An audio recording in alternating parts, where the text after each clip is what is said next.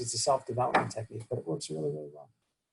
What is the golden rule that you've preached to your teams over time that seems to calm the storm and refocus them on their performance? So two things. What I like to do, there's a little bit of a philosopher in me, but part of me is I know that we all live in the weeds. So when I have discussions with my teams, I take them up to the 30,000 foot view. I need them to be able to look down at what's happening and understand what's going on. Right. Whether it's COVID, whether it's social unrest in the streets, politics, whatever. I want them to see it objectively. That calms them down.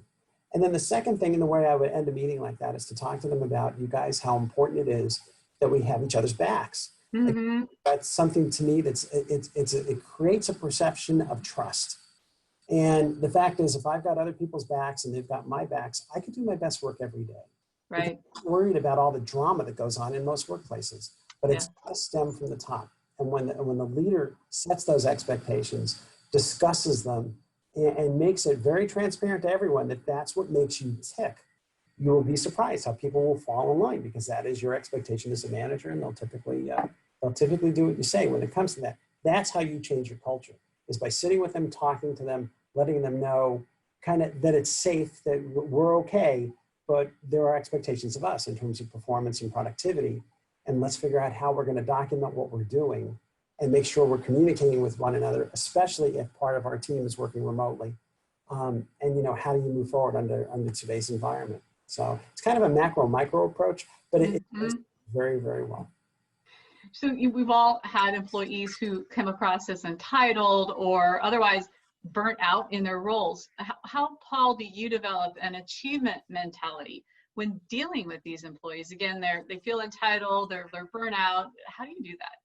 It's not easy. What I find, Eve, is the ones that are typically either burned out or just kind of angry or entitled, they need a little bit more one-on-one time for me. That's how I feel. It's like, I'm going to spend a little bit more one-on-one time. Most managers are like, Paul, I don't have the time. And I'm like, yes, you do. I'm not talking 2 hours. I'm talking 10 minutes. Right. That minute of walking around concept is really important. They need to know you're real. They need to know you're there. I mean, I hate to say it, I'll use the metaphor. It's a little bit like Papa's home. Dad's home. I want my people to feel comfortable, or mom, female, whatever. But it's that time with them and finding out where they are and asking them questions about their career.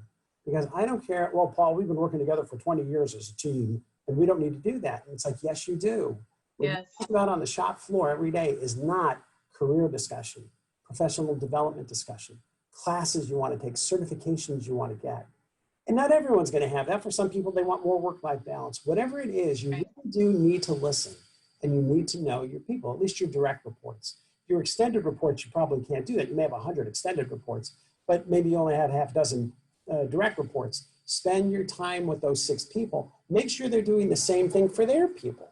And that's how you're projecting it forward in you. But like everything else, when they act out, sometimes they just want a little bit more attention. And I'm not saying that no matter what you do, I'm going to keep being the coach and mentor. But start off with coaching and mentoring before you become the disciplinarian and the terminator. I think it starts that way, and you can fix most of those problems by even using the words, I want to spend more time coaching you. I want to spend more time in kind of an executive coaching type of role. And I think it would help if you'll be okay with me doing that with you.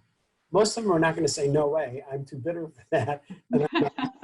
Most will say, well, I guess, I don't know, okay. Right. You find when you're giving them the positive attention, they will usually respond that way. And they rise up. So they rise up, yeah. That's excellent. Paul, thank you for your time, for your expertise. Thank you for sharing your wisdom with us today on the HR Revolution.